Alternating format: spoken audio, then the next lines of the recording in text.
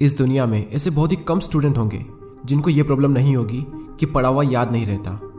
हम पढ़ तो लेते हैं लेकिन फिर भूल जाते हैं। तो अगर हम भूल जाते हैं तो फिर हमारे पढ़ने का मतलब क्या निकला? ऐसे में सारी मेहनत बेकार चली जाती है।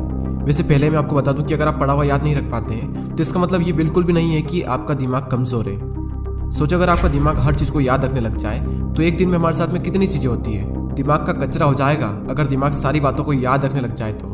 वैसे हमारा मेन टॉपिक है कि हम पढ़ा हुआ याद कैसे रखें। अगर इस प्रॉब्लम का सोल्यूशन निकल गया तो आपका टाइम भी बचेगा और आपको रिजल्ट भी बहुत ज़्यादा मिलेगा। पढ़ा हुआ सब कुछ याद रखना मुश्किल है, लेकिन फिर भी काफ़ी हद तक हम इसे कंट्रोल कर सकते हैं, लेकिन पूरी तरीके से नहीं। मैं आपको 3 तरीके बताने वाला हूँ। अगर आप यूट्यूब और गूगल पर सर्च करोगे तो आपको कई सारी टिप्स मिल जाएगी, लेकिन ये जो टिप्स मैं आपको बता रहा हूँ ये मेरे पर्सनल एक्सपीरियंस से और काफ़ी रिसर्च करने के बाद मैं आपको बता रहा हूँ। आप यकीन मानिए कि ये 3 टिप्स इतनी ज़्यादा इफेक्टिव है कि इनको यूज़ करने के बाद आपका टाइम भी बचेगा और आपको रिजल्ट भी 2 गुना मिलेगा।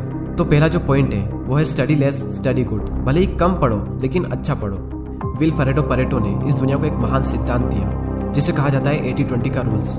इन्होंने एक ऐसा नियम दिया जो कि दुनिया की हर वस्तु में हर जगह पाया जाता है। इन्होंने बताया कि आपके 20% एफर्ट्स आपके 80% रिजल्ट में कन्वर्ट होते हैं। इनका कहना है कि आप सिर्फ 20% चीज़ों पर फोकस करो, आपको 80% रिजल्ट सिर्फ इन्हीं से मिलेंगे। एग्जाम्पल के लिए विल परेटो बताते हैं कि दुनिया का 80% पैसा और ज़मीन इस दुनिया के 20% लोगों के पास में है। 80% क्राइम इस दुनिया के 20% लोग करते हैं। 80% ट्रैफिक इस दुनिया के 20% रोड पर होता है। और 80% टाइम हम 20% कपड़े पहनते हैं। और इस दुनिया की 80% एल्कोहल यानी शराब इस दुनिया के 20% शराबी पी जाते हैं। 80% भोजन इस दुनिया की 20% जमीन से निकलता है। 80% बारिश इस दुनिया के 20% बादलों से होती है। इस दुनिया के 80% इन्वेंशन इस दुनिया के 20% साइंटिस्ट ने किए हैं। और सिर्फ यहीं तक नहीं, यही आंकड़ा हमारे अपने यूट्यूब चैनल पर भी लागू होता है। 80% वॉच टाइम उन लोगों से आता है जिन्होंने इस चैनल को सब्सक्राइब नहीं किया है। कहीं आप भी तो उन 80% लोगों में से नहीं हो। और सबसे इम्पोर्टेंट फैक्ट कि 80% रिजल्ट हमारे 20% एक्शन से आता है। और यही रूल आपके एग्जाम में और आपकी पढ़ाई में भी लागू होता है। आपके सिलेबस का पढ़ा हुआ 20% आपको 80% दिलवा सकता है। तो आप 20% मोस्ट इंपॉर्टेंट चीज़ों को निकालें और उनको पढ़ें, और वही 20% चीज़ें आपको 80% रिजल्ट दिलवा सकती है। और आपने जो 20% निकाला है वो आपके सिलेबस के कंपैरिजन में बहुत ही कम है। तो ये जो कम है ना, इसको बहुत ही अच्छे से करो। और यही था हमारा first point, study less and study good. दोस्तों, मैंने भी कई बार ये गलती की है कि जितना पढ़ना होता है उससे हम कई गुना ज़्यादा पढ़ते हैं, और इसका रिजल्ट ये होता है कि हमें जो याद रखना चाहिए वो भी हम भूल जाते हैं। एग्जाम में अब वैसे भी ज़्यादा दिन नहीं बचे तो आप इस रूल को यूज़ करके काफ़ी अच्छा रिजल्ट पा सकते हैं। अब नेक्स्ट जो पॉइंट है वो है स्टडी इन मॉर्निंग। और ये जो पॉइंट है ना, ये मेरा फेवरेट पॉइंट है, क्योंकि मैंने अपनी लाइफ की ज़्यादातर पढ़ाई सुबह ही की है।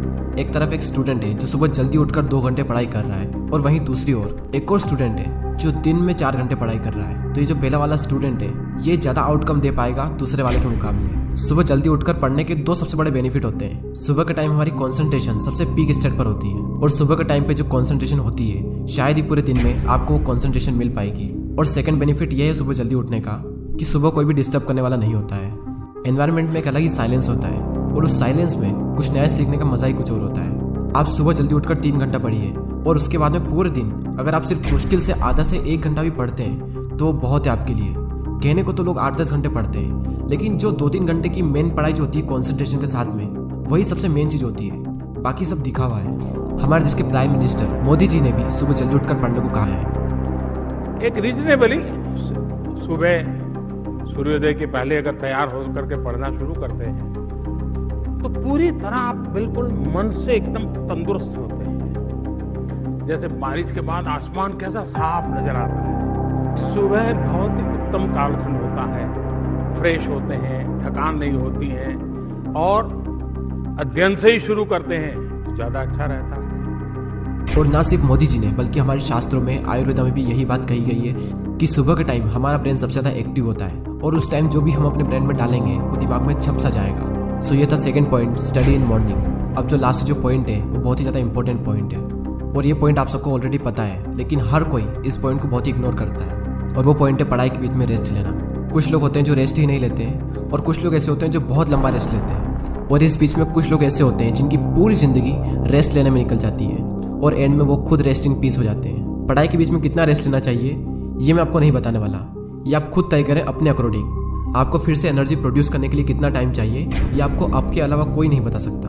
जितनी इंपॉर्टेंस हम अपनी पढ़ाई को देते हैं उतनी ही ज़्यादा इंपॉर्टेंस हमें रेस्ट को भी देनी चाहिए, क्योंकि रेस्ट ही वो चीज़ है जिसकी वजह से हम पढ़ पा रहे हैं। हम एक दिन में जागते भी हैं और सोते भी हैं। तो उसी तरीके से अगर आप काम कर रहे हैं तो काम के बीच में रेस्ट लेना भी बहुत ज़रूरी है। और हाँ, ये गलती बिल्कुल मत करना कि अगर आपका एक बार पढ़ाई में मन लग गया तो लगातार पढ़े जा रहे हैं, लेकिन बाद में एक टाइम ऐसा आएगा जब आपका बिल्कुल भी मन नहीं लगेगा रेस्ट लेने के बाद भी। जब एक बार पढ़ाई में मन लग जाता है तो हम इतना पढ़ते हैं कि हम अपने दिमाग को ही पूरी तरीके से थका देते हैं और हालत ऐसी हो जाती है कि फिर से पढ़ने का मन ही नहीं करता। आपने पढ़ना शुरू किया, आपका मन लगा, अब थोड़ी देर बाद आपको रेस्ट लेना चाहिए, लेकिन आपको लगता है कि मैं भी और पढ़ सकता हूँ। तो उस फीलिंग को बनाए रखें और रेस्ट लें और फिर दोबारा उसी फीलिंग के साथ में अपनी पढ़ाई शुरू कर दें। अगर आप चाहें तो आप पोमोडोरो टेक्निक का यूज़ भी कर सकते हैं। पोमोडोरो एक बहुत ही सिंपल टेक्निक है। आपको जो भी काम करना है उस काम को आपको 25-25 मिनट के 4 ब्लॉक्स में डिवाइड करना है और हर 25 मिनट के ब्लॉक्स में आपको 5 मिनट का ब्रेक लेना है और 1 घंटा होने के बाद में आपको 15 मिनट का रेस्ट लेना है और फिर से आपको यही सब करना है। और इस टेक्निक का यूज़ करके आप काफ़ी लंबे टाइम तक और काफ़ी अच्छे से स्टडी कर सकते हैं। और ना सिर्फ स्टडी बल्कि आप अपने किसी भी काम में इस टेक्निक को यूज़ कर सकते हैं। और इस टेक्निक को यूज़ करने के लिए प्ले स्टोर पर कई सारी एप्लीकेशन है, आपको जो भी अच्छी लगे वो एप्लीकेशन आप डाउनलोड कर सकते हैं। चलिए अब हम उन तीनों पॉइंट्स को एक साथ देख लेते हैं और ये भी देख लेते हैं कि हमने इस पूरी वीडियो में क्या सीखा। हमारा जो मेन टॉपिक था वो ये था कि पढ़ा हुआ याद कैसे रखें, और उसके सॉल्यूशन के लिए हमने 3 पॉइंट्स देखे, जिसमें से पहला है study less study good, second है स्टडी इन मॉर्निंग और थर्ड है रेस्ट लेना।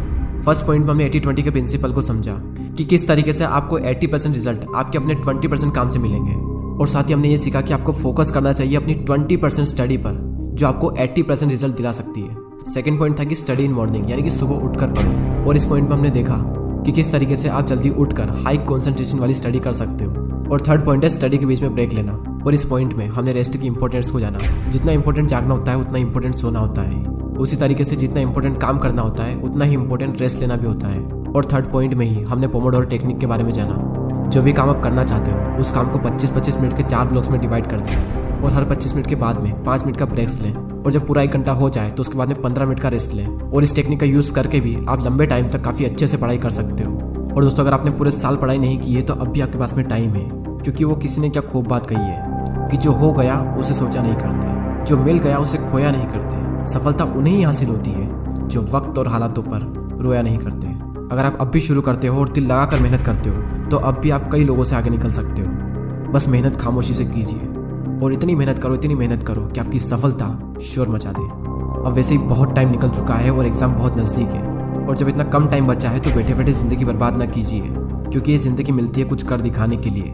रोके अगर आसमान हमारे रास्ते को तो तैयार हो जाओ आसमान झुकाने के लिए। अब बात आती है उन 80% लोगों की जो वीडियो तो देखते हैं लेकिन सब्सक्राइब नहीं करते। यूट्यूब पर आपको वीडियो बिल्कुल फ्री में मिल रहा है और सब्सक्राइब करने का भी यूट्यूब आपसे पैसा नहीं लेता है, तो फिर मैं ये सोचता हूँ कि आप सब्सक्राइब क्यों नहीं करते। दोस्तों, बहुत मेहनत लगती है वीडियोज़ बनाने में। आपका एक सब्सक्राइब और एक कमेंट मुझे बहुत मोटिवेट करता है आने वाले टाइम में इससे भी अच्छे वीडियोज़ बनाने के लिए। मैं लेता हूँ आपसे अलविदा। Thanks for watching.